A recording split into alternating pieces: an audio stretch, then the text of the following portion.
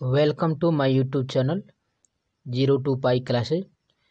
बच्चों, आज हम लोग हाई स्कूल के मैथ के लेसन 2 बहुपद के बारे में अध्ययन करेंगे। इसमें हम लोग बहुपद की घात, बहुपद के प्रकार के बारे में अध्ययन करेंगे। ठीक है बच्चों, चलिए देखते हैं। और इससे पहले वाले लेसन की वीडियो का लिंक डिस्क्रिप्शन में है, आप उसमें जाकर दे सकते हैं, या चैनल में प्लेलिस्ट में आप जाकर वीडियो को देख सकते हैं। तो चलिए यहाँ पर देखते हैं बच्चों। सबसे पहले बहुपद किसे कहते हैं उसके बारे में अध्ययन करते हैं। ठीक है बच्चों, तो यहाँ पर बहुपद के बारे में देखेंगे। तो यह बहुपद में ध्यान देंगे तो सबसे पहले आपको अध्ययन करना पड़ेगा, बीजीय व्यंजक के बारे में अध्ययन करना पड़ेगा कि क्या होता है। ठीक है बच्चों, बीजीय व्यंजक। ठीक है, यहाँ पर बीजीय व्यंजक की बात करेंगे, होता क्या है यहाँ पर हम लोग बेसिक से अध्ययन करेंगे। ठीक है बच्चों, तो बीजीय व्यंजक क्या होता है उसके बारे में देख लेते हैं। तो देखेंगे, कुछ निश्चित चर एवं अचर राशियों के योग, अंतर, गुणन और भाजन से के संयोग से बने पद को क्या कहते हैं? बीजीय व्यंजक कहते हैं बच्चों। यानी या तो वो योग होना चाहिए, अंतर होना चाहिए, गुणन और भाजन के जो संयोग से बनेगा उसे हम लोग क्या कहेंगे बच्चों?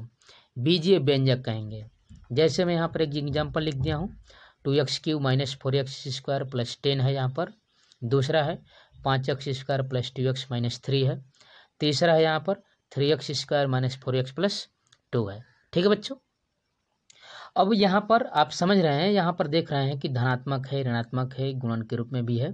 ठीक है, और कहीं कहीं आपको भाग के रूप में मिलेगा। तो इस प्रकार के जो आप लिखते हैं यहाँ पर, ऐसे व्यंजकों को ही हम लोग बीजीय व्यंजक कहते हैं, जिसमें चर और अचर राशि दोनों होती है, उसे हम लोग क्या कहते हैं बच्चों? बीजीय व्यंजक कहते हैं। ठीक है, अब चलते हम लोग देखते हैं बच्चों बहुपद क्या होता है, बहुपद किसे कहते हैं, परिभाषा के साथ हम लोग यहाँ पर बढ़ते जाएंगे। बहुपद तो px, ठीक है बच्चों, पोलिनोमियल के बारे में देख रहे हैं। तो px जो बहुपद है, px बराबर a0 + a1x + a2x² + a3x³ dash dash an x के पावर n, जब इस रूप में रहता है कि रूप में फलन को, ठीक है बच्चों, जहाँ a0 a1 a2 a3 dash dash an सभी वास्तविक संख्याएं हैं, और जो an है नॉट इक्वल टू 0 तथा n एक धनात्मक पूर्णांक हो। ठीक है, चर यक्ष में घात n का एक बहुपद कहलाता है। जो चर यक्ष है उसमें जो घात n है उसी को एक बहुपद कहेंगे। ठीक है बच्चों, और जहाँ 0 a0 a1 a2 dash dash करके an क्रमशः पदों के गुणांक कहलाते हैं। अब ये या तो परिमेय हो सकते हैं बच्चों, और नहीं तो ये अपरिमेय, यानी दोनों प्रकार के हो सकते हैं। और इस प्रकार के फलन को हम लोग क्या कहते हैं बच्चों? बहुपद कहते हैं। तो यहाँ पर परिभाषा है बहुपद का, आपने इसका अध्ययन कल कक्षा 9th में किया होगा। ठीक है बच्चों, चलिए यहाँ पर देखते हैं। एक यहाँ पर एग्जाम्पल है, px बराबर 5x² - 6x + 3। यहाँ पर देख रहे हैं तो ये पूर्णांक में लिखा हूँ, और यहाँ पर चर, ठीक है बच्चों, और अचर, यानी अचर अंक वाला है और चर क्या है? यक्ष वाला है। यानी चर और अचर के गुणांकों को, और यहाँ पर ऋण चिन्ह है, यानी घटाना भी है और योग भी है। इस प्रकार से जब लिखते हैं तो इसको हम लोग बहुपद कहते हैं। तो चूंकि अंक लिखा गया इसलिए हो जाएगा पूर्णांक पर बहुपद कहलाएगा। ठीक है बच्चों, वैसे ही आप दूसरा एग्जाम्पल लिख सकते हैं, fx बराबर, यह लिखने का तरीका है बच्चों। बहुपद को आप कभी भी px, qx, rx, fx ऐसे दर्शाने का तरीका होता है। ठीक है, यहाँ पर 3/2x³ - 6/7x² + 7x + 2/3। तो यहाँ पर जब बट्टा में है तो आप उसको हम लोग क्या कहेंगे, किस प्रकार का बहुपद कहेंगे? तो परिमेय संख्या पर बहुपद कहेंगे। ठीक है बच्चों, ऐसे बहुपद को क्या कहेंगे? परिमेय संख्या पर बहुपद कहेंगे। वैसे ही rx यहाँ पर है 3x² + √2x + √7। तो यहाँ पर देख रहे हैं तो यहाँ पर अंडर भी है और अंक भी है, यानी पूर्णांक भी है, अंडर है। तो इन दोनों के योग से हम लोग वास्तविक संख्या पर बहुपद कहेंगे।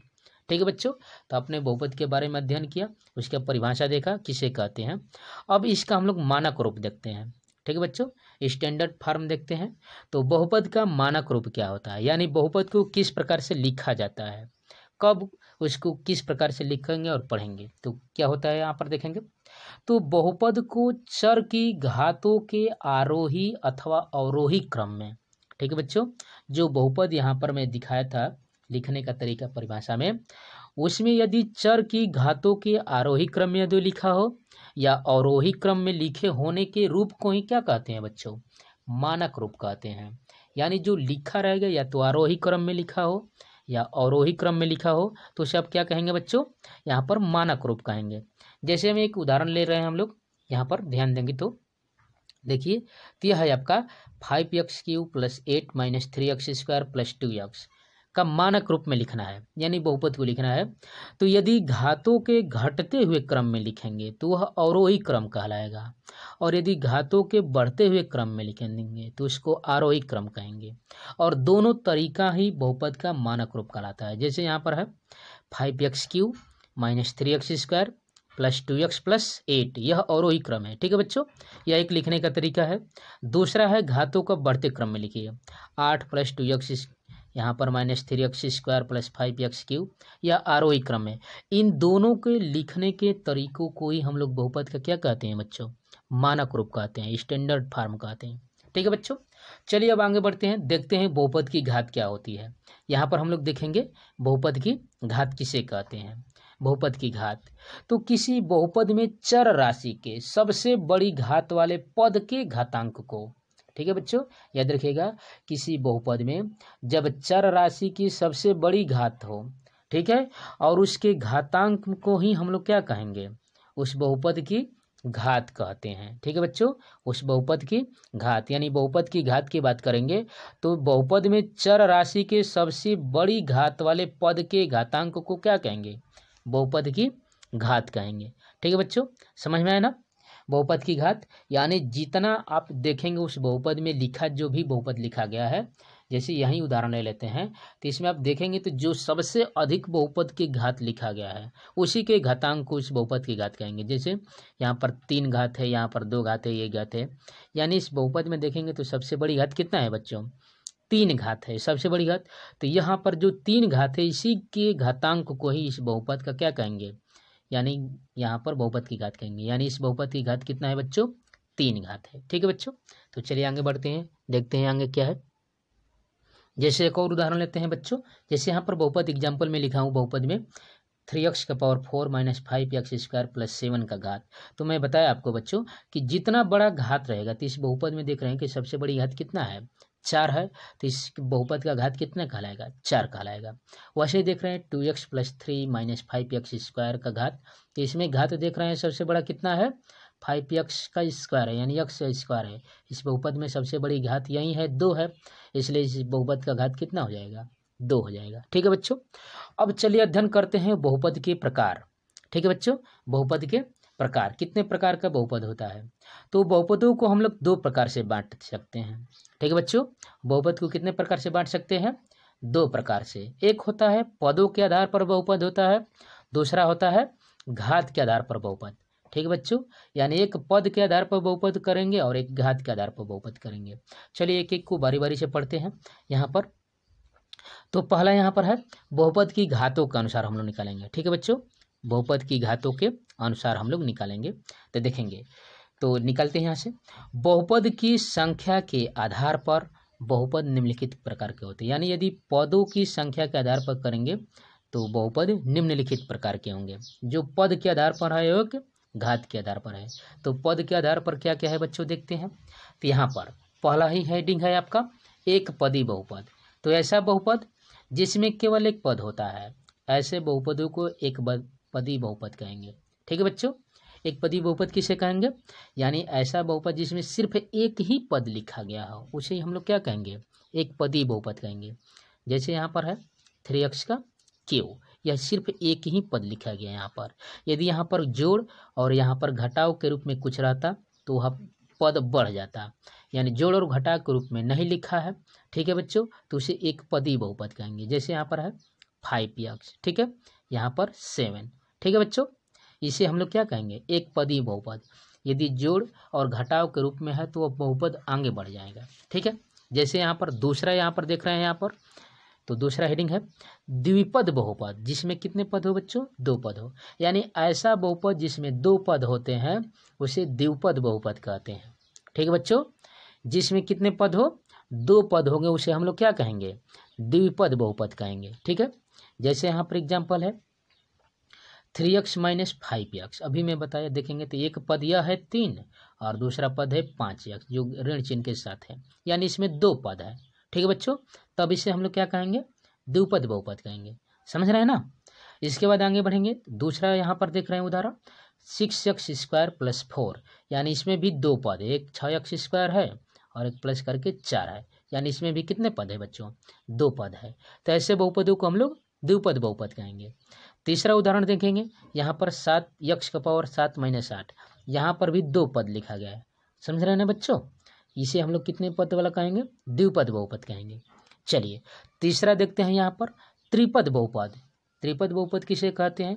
तो देखेंगे यहाँ से, तो ऐसा बहुपद जिसमें 3 पद होते हैं उसे त्रिपद बहुपद कहते हैं, या वह त्रिपद बहुपद वाला पद कहलाता है। जिसमें कितने पद हो बच्चों? 3 पद हो, यानी जोड़ घटाव के साथ उसमें कितने पद लिखे गए हैं? 3 लिखे गए हैं। जैसे यहाँ पर है 5x का पावर 5 माइनस 5x प्लस 6, यानी एक पद यह, एक पद यह और एक पद यह, यानी कितने पद लिखे गए हैं बच्चों? 3 पद लिखे गए हैं। वैसे ही यहाँ पर दूसरा है example T square minus 5t plus 3, यानी यहाँ पर एक पद, यहाँ पर एक पद और यहाँ पर एक पद, यानी कितने पद लिखे गए हैं बच्चों? 3 पद लिखेंगे, ध्यान दीजिएगा। वैसे ही तीसरा उदाहरण देखेंगे x का power 4 plus 6x Q plus 2, यानी एक पद यह, एक पद यह, एक पद यह, यानी कितने पद है बच्चों? 3 पद। तो ऐसे बहुपदों को क्या कहेंगे? त्रिपदी बहुपद कहेंगे। समझ रहे हैं ना? चलिए आगे बढ़ते हैं। शून्य बहुपद किसे कहते हैं? ठीक है बच्चों, शून्य बहुपद किसे कहते हैं याद रखिएगा इसको। तो ऐसा बहुपद जिसके सभी गुणांक शून्य होते हैं उसे हम लोग शून्य बहुपद कह देंगे। ठीक है बच्चों, यानी कि आप कोई ऐसा बहुपद लिख रहे हैं जिसके जो गुणांक है, गुणांक का मतलब x के साथ, x स्क्वायर के साथ, x क्यूब के साथ कोई अंक जब गुणा करते हैं, ठीक है, तो वह बहुपद कहलाएगा। लेकिन यदि उसके अंक गुणांक में 0 का ही गुणा किया गया है, माने कोई और अंक नहीं लिखा गया है, तो शून्य बहुपद कहलाएगा। जैसे 0x स्क्वायर हल करेंगे तो 0 हो जाएगा, प्लस 0x गुणा करेंगे 0 हो जाएगा, प्लस 0, यानी इसके सभी पद क्या है बच्चों? 0 है, जिसकी वजह से इसे हम लोग क्या कहेंगे? शून्य बहुपद कहेंगे। समझ रहे हैं ना? चलिए, कोई भी क्यूरी हो तो आप कमेंट बॉक्स में कमेंट कर सकते हैं। ठीक है बच्चों, और इससे पहले लेसन की वीडियो आपको डिस्क्रिप्शन में मिल जाएगी। ठीक है, चलिए आगे बढ़ते हैं। आप घातों के आधार पर, समझ रहे हैं ना? यहाँ पर सिर्फ पढ़ाई करते हैं बच्चों, इसके अलावा फालतू दूसरों की तरह नहीं हम लोग सीखेंगे। यहाँ पर बेसिक से आपको अच्छे से बताया जाएगा, समझाया जाएगा। तो घातों के आधार पर देखेंगे बच्चों, घातों के आधार पर बहुपद कितने प्रकार के होते हैं? तो घातों के आधार पर बहुपद निम्नलिखित प्रकार के होते हैं। ठीक है बच्चों, घातों के आधार पर बहुपद निम्नलिखित प्रकार के होते हैं। यह भी जो भी बता रहा हूँ बच्चों इम्पोर्टेंट है, आप इसको अच्छे से तैयार करेंगे तभी आपको लेसन समझ में आएगा। पहला यहाँ पर है रैखिक बहुपद यानी लीनियर बहुपद। ठीक है बच्चों, इसके बारे में देखेंगे। तो ऐसा बहुपद जिसकी घात 1 होती है उसे रैखिक बहुपद कहते हैं।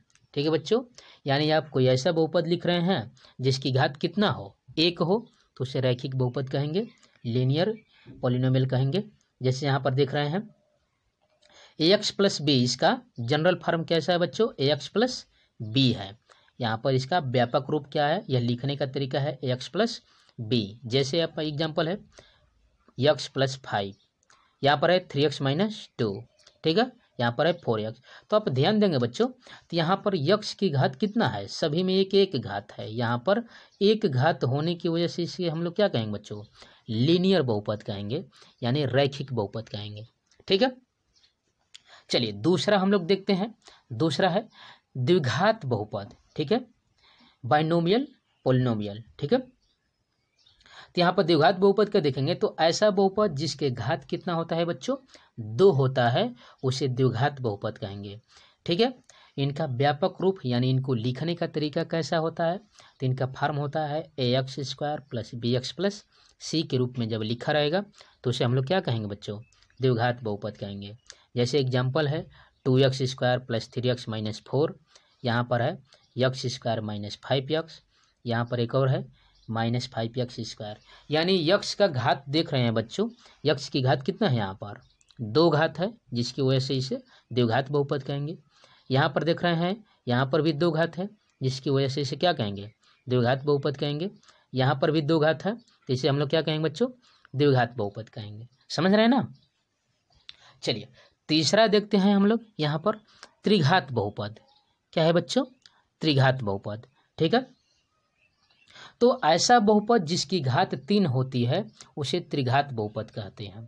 ठीक है बच्चों, जिसका घात कितना हो, मैक्सिमम 3 हो।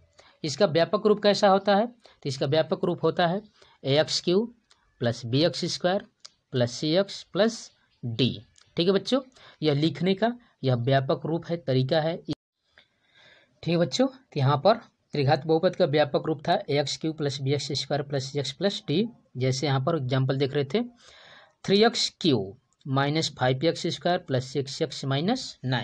ठीक है बच्चों, यहाँ पर सबसे बड़ी घात कितना है, 3 है, इसलिए इसे त्रिघात बहुपद कहेंगे। यहाँ पर है 5x³ प्लस 7x माइनस 8, यानी यहाँ पर भी 3 घात की वजह से इसे हम लोग क्या कहेंगे बच्चों, त्रिघात बहुपद कहेंगे। वैसे ही आगे बढ़ते हैं तो देखेंगे अगला वाला तो है यहाँ पर चतुर्थ घात बहुपद। चतुर्थ घात बहुपद यानी कि ऐसा बहुपद जिसकी घात 4 होती है उसे चतुर्थ घात बहुपद कहेंगे। ठीक है बच्चों, यहाँ पर इसका व्यापक रूप होता है ax⁴ plus bx³ plus cx² plus dx plus e। अब यहाँ पर एग्जाम्पल देखेंगे तो x⁴ है प्लस 2x³ है माइनस cx प्लस 5 है, यानी सबसे बड़ी घात कितना है बच्चों, 4 है। यहाँ पर है 6⁴, यहाँ पर x⁴ plus 8x³ minus 2x² plus 6 minus 12, यहाँ पर भी सबसे बड़ी घात कितना है बच्चों, 4 है, इसलिए इसे हम लोग क्या कहेंगे, चतुर्घात बहुपद कहेंगे या चतुर्घात बहुपद कहेंगे। ठीक है बच्चों, तो लेसन 2 में मैं आपको यह बेसिक जानकारी बता रहा था। चलिए हम लोग लेसन पर आते हैं, देखते हैं यहाँ पर लेसन 2 में तो कह रहा है यहाँ पर कि कक्षा 9 में आप एक चर वाले बहुपद उनकी घाते के बारे में अध्ययन कर लिए हैं। ठीक है बच्चों, और उनकी उच्चतम घात को ही हम लोग क्या कहते हैं, बहुपद की घात कहते हैं, जो भी मैं बताया आपको। ठीक है बच्चों, यानी सबसे जो उच्चतम घात होती है, बड़ी घात होती है, वही बहुपद की क्या कहलाती है, घात, जो भी मैं आपको बता रहा था। यहाँ पर देखेंगे यदि उदाहरण के रूप में तो 4x प्लस 2 में इसकी घात कितना है बच्चों, 1 होने की वजह से इसका एक घात वाला बहुपद कहेंगे। वैसे यहाँ पर देख रहे हैं तो यह 2 घात का बहुपद है। ठीक है, इसके बाद यहाँ पर आगे बढ़ेंगे तो देख रहे हैं कह रहा है कि घात 1 के बहुपद को क्या कहते हैं, रैखिक बहुपद, लीनियर पोलिनोमियल, जो भी मैं बताया आपको बच्चों। ठीक है, उसका उदाहरण आप देख ही रहे हैं, यहाँ पर दिया है। ठीक, वैसे द्विघात बहुपद जो भी मैं बताया क्वाड्रेटिक पोलिनोमियल में, यहाँ पर जब यक्स का स्क्वायर रहेगा यानी 2 घात रहेगा तब उसको हम लोग क्या कहेंगे, 2 घात का बहुपद कहेंगे। वैसे ही यदि 3 घात का रहेगा तो यहाँ पर त्रिघात बहुपद कहेंगे, जैसे यहाँ पर दिया है 2 माइनस x²। ठीक है बच्चों, चलिए हम लोग कुछ इसके ज्यामितीय अर्थों के बारे में देखते हैं क्या है यहाँ पर। तो यहाँ पर ध्यान देंगे तो यह है आपका दिया है ज्यामितीय अर्थ में, बहुपद के ज्यामितीय अर्थ में यहाँ पर है आलेख दिखा रहा है, और पहले लिखा है एक रैखिक समीकरण ax प्लस b, जहाँ पर कह रहा है कि a नॉट इक्वल टू 0 पर विचार करते हैं। ठीक है बच्चों, तो यहाँ पर ज्यामितीय अर्थ को आप कक्षा 9 में पढ़ चुके हैं। ठीक है बच्चों, जब यक्ष और वाई अक्ष पर हम लोग देखेंगे, यक्ष अक्ष पर यदि रेखा काट रही है, कहीं भी टच कर रही है, तो उस समीकरण का वह शून्य कहलाएगा, उस बहुपद का वह क्या कहलाएगा बच्चों, ax प्लस b का शून्यकों की संख्या कितनी हो जाएगी, यहाँ पर ax प्लस जो आप b यहाँ पर है, यहाँ पर 1 घात होने की वजह से इसके शून्यकों की संख्या कितनी हो जाएगी बच्चों, 1। और जब शून्यकों की संख्या 1 होती है तो वह यक्ष अक्ष को एक ही स्थान पर टच करेगा। जब एक स्थान पर टच करेगा इसका मतलब वह एक शून्यक रखता है। ठीक है बच्चों, यह आपने क्लास 9 में अध्ययन किया होगा। ठीक है, तो यहाँ पर ज्यामितीय अर्थ को ही हम लोग को देखना है बच्चों। यहाँ पर 2.1 में जो आपका प्रश्नावली है, जैसे यहाँ पर इस देखेंगे इस ग्राफ में, आपकी किताब में ग्राफ वाला में, तो यहाँ पर यक्ष और वाई अक्ष पर 2 बिंदुओं पर यहाँ पर टच किया है। तो जो भी इक्वेशन लिखा होगा, जो भी बहुपद लिखा होगा, ठीक है, उसके शून्यकों की संख्या कितनी हो जाएगी बच्चों, 2 हो जाएगी। जैसे वह इक्वेशन है x² माइनस 3x माइनस 4, ठीक है। यहाँ पर 2 घात होने की वजह से इसके बहुपदों की संख्या कितनी है बच्चों? 2 है। क्यों 2 है? क्योंकि यहाँ पर देख रहे हैं कि ग्राफ खींचा है तो वह x अक्ष को कितने स्थानों पर टच कर रहा है? 2 स्थानों पर टच कर रहा है, जिसकी वजह से इसके शून्यों की संख्या कितनी हो जाएगी? 2 हो जाएगी। ठीक है बच्चों। तो यहाँ पर स्थिति देखते हैं। फर्स्ट में कह रहा है आप यहाँ ग्राफ x अक्ष को 2 बिंदुओं A और A' पर काटता है। ठीक है बच्चों, अच्छे से समझिए इसको ध्यानपूर्वक, क्योंकि यह प्रश्नावली में के लिए महत्वपूर्ण है। कह रहे कि इस स्थिति में A और A' के x निर्देशांक द्विघात बहुपद ax square plus bx plus c के 2 शून्यक है। क्यों है? तो इसका ज्यामिति खींच रहा है यहाँ पर, तो देख रहा है कि एक A पर काट रहा है बच्चों और एक कहाँ काट रहा है? A' पर। इसका मतलब इसकी जितनी घात रहती हैं उसके उतने शून्यक आते हैं। समझ रहे हैं ना? वैसे ही दूसरे चित्र में भी देखेंगे तो यहाँ पर एक A पर टच कर रहा है, एक A' पर। इसका मतलब यहाँ पर जो भी लिखा होगा बहुपद उसके शून्यकों की संख्या कितनी है? 2 है। ठीक है। वैसे ही यहाँ पर देखेंगे इस वाले आकृति में 2.4 वाले आकृति में, तो x और y अक्ष में x अक्ष को बिंदु A पर टच कर रहा है, अतः जो भी लिखा होगा, जो भी बहुपद होगा उसके शून्यकों की संख्या कितनी होगी बच्चों? 1 होगी। वैसे ही यहाँ पर दूसरे वाले में भी x अक्ष और y अक्ष में, अपने निर्देशांक को तो 9th में पढ़े होंगे अच्छे से, यदि एक स्थान पर टच कर रहा है इसका मतलब इसके शून्यकों की संख्या कितनी है बच्चों? 1 है। ठीक है बच्चों, चलिए आगे बढ़ते हैं। वैसे समझ रहे हैं तो समझ गया ना कि यदि जहां पर काटेगा उसके शून्यकों की संख्या ही उतनी ही होगी। यदि कब? जब यह एक अक्ष को टच कर रहा है, जैसे आपको मैं उदाहरण दिखा रहा हूँ। ठीक है बच्चों, उदाहरण नंबर यहाँ पर 1 है। कह रहा है कि नीचे दी गई आकृति 2.9 में ग्राफ को देखिए। प्रत्येक आकृति y बराबर px, जहाँ px एक बहुपद का ग्राफ है, ग्राफों से प्रत्येक के लिए px के शून्यकों की संख्या ज्ञात करना है। ठीक है बच्चों, तो मैं आपको अभी बताया हूँ, अभी जस्ट अभी बताया हूँ। ग्राफ को देखिए और यह देखना है आपको कि x अक्ष, x डैश अक्ष में यदि टच कर रहा है, यदि 2 बार टच करेगा तो इसके शून्यकों की संख्या 2, यदि 1 बार टच करेगा तो इसके शून्यकों की संख्या 1, यदि 3 बार टच करेगा तो इसको शून्यकों की संख्या 3, 4 बार टच करेगा तो y अक्ष को नहीं देखना है बच्चों, आपको किस पर देखना है? x अक्ष पर देखना है। तो यहाँ पर देख रहे हैं पहले वाले चित्र में, तो यहाँ पर देख रहे हैं कि O से साइड में, इस साइड में यानी x डैश अक्ष पर यह टच एक स्थान पर कर रहा है, अतः जो भी बहुपद होगा उसका शून्य कितना होगा बच्चों? 1 होगा।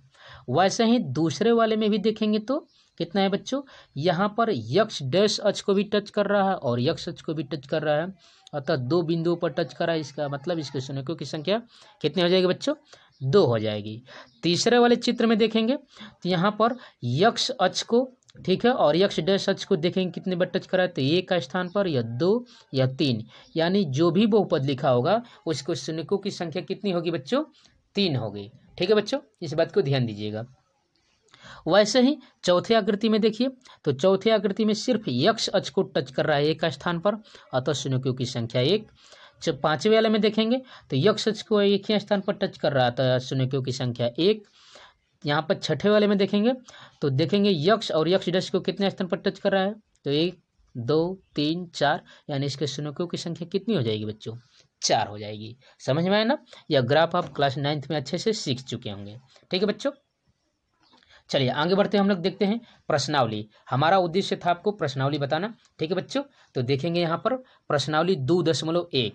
यहाँ पर कह रहा है कि किसी बहुपद px के लिए y बराबर px का ग्राफ नीचे दी गई आकृति 2.10 में दिया है। प्रत्येक स्थिति में px के शून्यकों की संख्या ज्ञात कीजिए। हम लोग उदाहरण सीख चुके हैं बच्चों, समझ चुके हैं, बस आपको यहाँ पर बता देना है। ठीक है बच्चों, अच्छे से अध्ययन करिए, हमारे चैनल के साथ जुड़े रहिए, सभी विषय की मिलेंगे आपको, सॉल्यूशन मिलेगा। ठीक है, यहाँ पर मैथ का देख रहे हैं हाई स्कूल के, तो पहले चित्र में देख रहे हैं यहाँ पर ग्राफ में, तो x और x डैश को यहाँ पर कहीं नहीं टच किया है, सिर्फ कहाँ कर रहा है बच्चों?